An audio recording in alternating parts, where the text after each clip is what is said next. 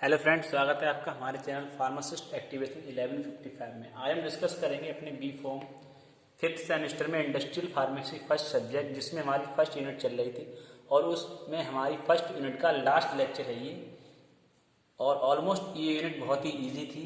क्यों ईजी इसलिए थी क्योंकि इसमें हमने जो भी पढ़ा इस यूनिट में वो हमारे सब पढ़ा हुआ था, यानी कि बैक सेमेस्टर का, यानी कि थर्ड या फोर्थ सेमेस्टर का वो हमारे लिए, यानी कि भाई उसमें इस यूनिट में हमारा था और उन्हीं से मिलते जुलते सब हमारे टॉपिक्स थे।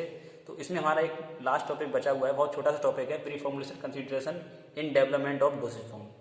तो ये इसके लिए हम आज डिस्कस करेंगे और ये हमारी इस यूनिट का लास्ट टॉपिक है और लास्ट लेक्चर है।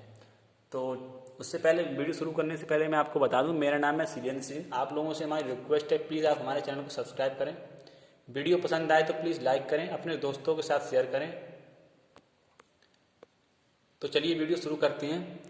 टॉपिक है हमारा pre formulation consideration in development of dosage form, यानी कि प्री फॉर्मुलेशन कंसीडरेशन जो होता है, किसी भी हम ड्रग डोसेज फॉर्म को डेवलप करते हैं तो उसके लिए प्री फॉर्मुलेशन कंसीडरेशन, कुछ उसका प्री फॉर्मुलेशन कंसीडर करने के लिए कुछ उसके मतलब कि सोच विचार के बारे में बात करते हैं। जैसे कि इसे हम कैसे कंसीडर करेंगे, किस तरह से हम इसके लिए बनाएंगे, उसके कुछ मतलब सोच विचार, यानी कि उसी के बारे में कुछ पॉइंट्स होते हैं, उसकी कुछ कंडीशंस होती हैं, उसकी कुछ प्रॉपर्टीज़ होती हैं जिस किसी भी हम प्रोडक्ट्स को तैयार करते हैं।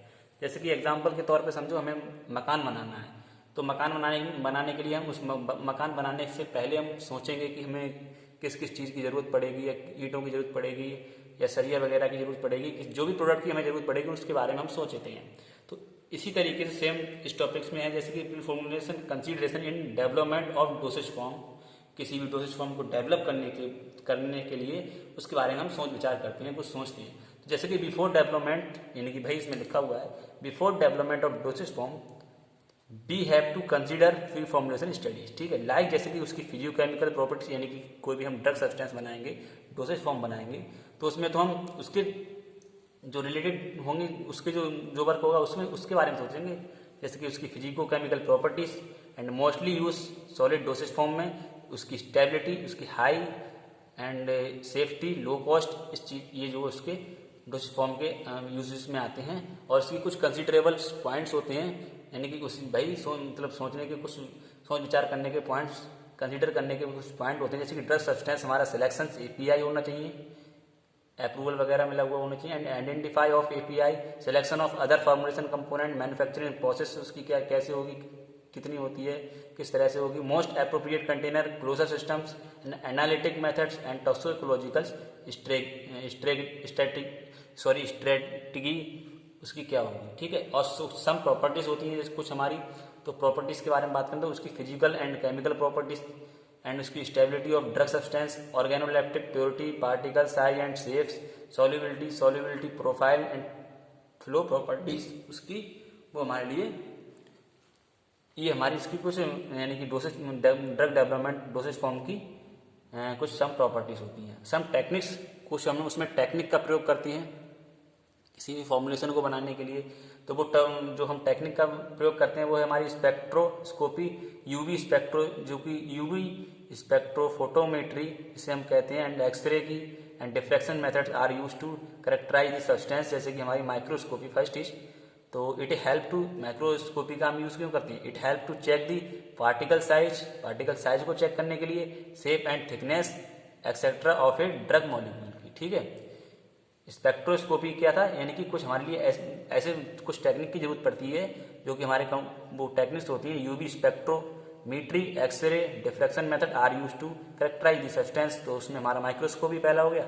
और फिर हमारे लिए क्रोमेटोग्राफी के बारे में बात करते हैं, कुछ हमारी ये भी एक मेथड ही होता है, ये टेक्निक होती है।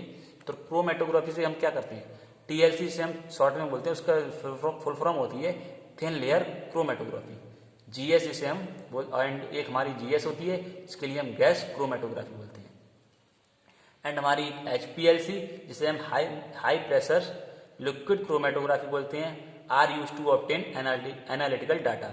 इनके लिए हम यूज करते हैं ऑब्टेन करने के लिए, किसे ऑब्टेन करने के लिए, कुछ एनालिटिकल डाटा को ऑब्टेन करने के लिए हम इन टेक्निक का यूज करते हैं। कौन सी टेक्निक्स का, क्रोमेटोग्राफी का। ठीक है, नेक्स्ट हम बात करते हैं impact stability of drug dosage form.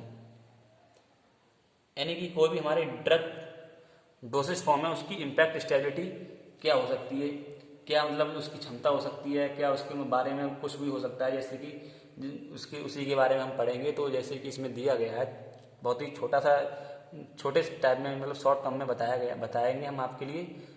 These are the pharmaceutical degradation the incapacity on incapability of a particular formulation in a specific container to remain with a particular chemical, microbiological, therapeutical, physical and toxicological specifications. यानी कि कुछ हमारे pharmaceutical degradation की incapacity होती है, उनकी incapability होती है क्षमता में, जो कि ऑफ ए पार्टिकुलर फार्मूलेशन जो कि क्या करती है उसकी अनुकूलता पर अक्षमता है।